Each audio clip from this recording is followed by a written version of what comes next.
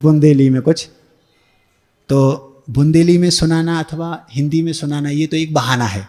हमें तो वो चीज़ आपको देनी है जो हमारे आपको औषधि का काम करे।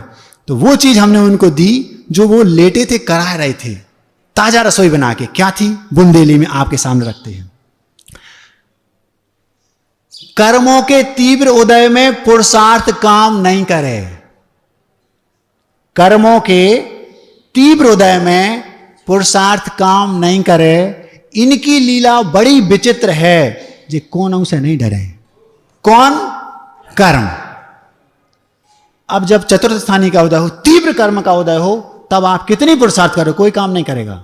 उस समय तो आपको समता रखना और साम्य भाव रखना, अपने मन को समझाना, क्योंकि पता है कर्म है वो तो जब तीव्र उदय है अब कुछ काम नहीं होगा।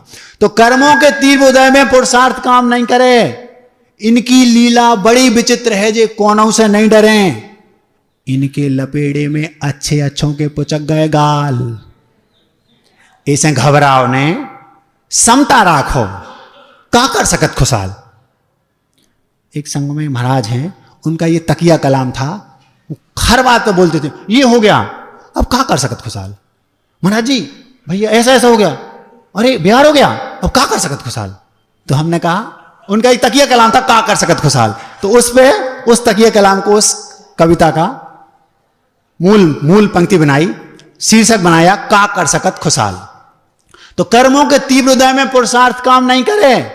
इनकी लीला बड़ी विचित्र है, जे कोनों से नहीं डरे। इनके लपेड़े में अच्छे अच्छों के पुचक गए गाल। इसे घबराओ ने समता राखो, का कर सकत खुशाल। ये किन से कह रहे? उन महाराज से दूसरे दिन जाके, का कर सकत खुशाल। हंस हंस बांधे कर्मों को रो रो काटत देखे हैं। जब व्यक्ति कर्म बांधता है उस समय उसको ज्ञात नहीं होता कि मैं जो हंस हंस के बांध रहा हूं, इसका जब फल मिलेगा, जब इसका उदय आएगा, तुम रो रो के काटना पड़ेगा।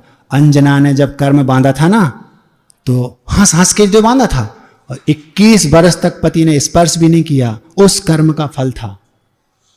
21 वर्ष तक लगातार आंसू बहाते रहे। क्यों? रो रो के काटना पड़ेंगे। अभी तो हम हंस हंस के बांध रहे हैं।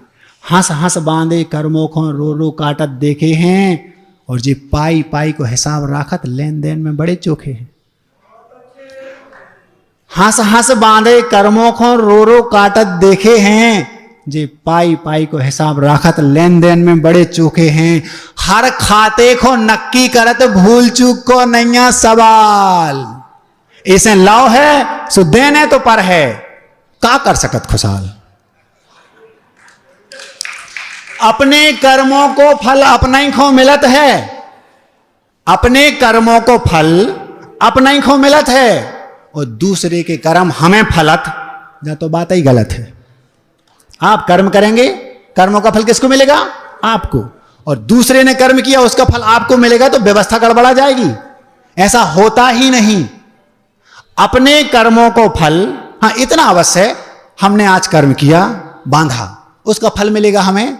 लेकिन ऐसा भी हो सकता है कि अंतर मुहूर्त के बाद, कर्म सिद्धांत की बात बता रहा हूं, ऐसा भी हो सकता है कि उस कर्म का फल हमें अभी मिल जाए, अंतर मुहूर्त के बाद, जो हमने बांधा, हमारा ही बांधा था। और ऐसा भी संभव है कि वर्षों बाद मिले, दूसरे भाव में मिले, यह भी संभव है। सीता ने बांधा था पूर्व भाव में, उदय में आया अगले भाव में, तो कई भावों बाद मिल जाए, यह भी संभव है। लेकिन मिलेगा हमारे ही कर्मों का, आज का नहीं तो पूर्व का।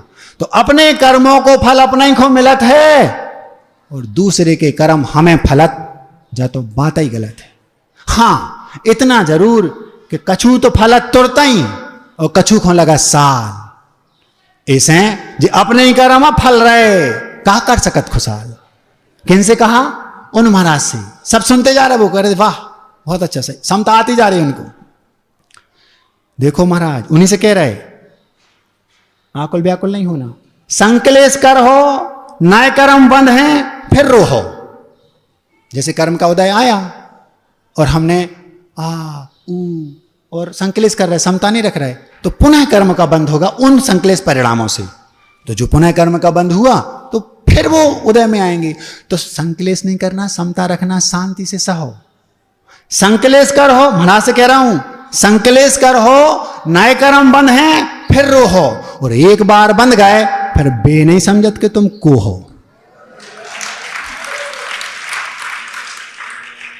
इन तीर्थंकरों को देखा, और जैसी विद्यासागर महाराज जी इतने महान आचार्य हैं, इतना उनको कर्म का उदय आता है। भैया पारसनाथ तीर्थंकर थे, उनने ही बांधा था, और कर्म का उदय उनने तीर्थंकरों को नहीं छोड़ा, उनकी दाल भी नहीं गलती तीर्थंकरों की वहां।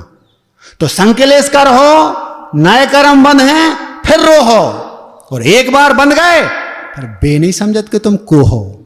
इनके आगे तीर्थंकरों की तक नहीं गलत दाल। ऐसे आकुल व्याकुल बिल्कुल न हो, कहा कर सकत खुशाल। तो भैया कोई रास्ता तो होगा इनका, इन कर्मों से पिंड छुड़ाने का कोई रास्ता तो होगा। हालांकि इनसे पिंड छुड़ावो ज्यादा कठिन नहीं है, इनसे पिंड छुड़ावो ज्यादा कठिन नहीं है। रत्नत्रय धारो, उसे संबर निर्जरा, और पार हो गई नैया। संबर निर्जरा क्या कहलाती? कर्मों का आना रोकना संबर, और जो पूर्व के बंधे थे उनका झड़ जाना निर्जरा। हालांकि इनसे मतलब इन कर्मों से, हालांकि इनसे पिंड छुड़ावो ज्यादा कठिन नहीं है। रत्नत्रय धारो, उसे संबर निर्जरा, और पार हो गई नैया। ध्यान की अग्नि में कर्मों को जला के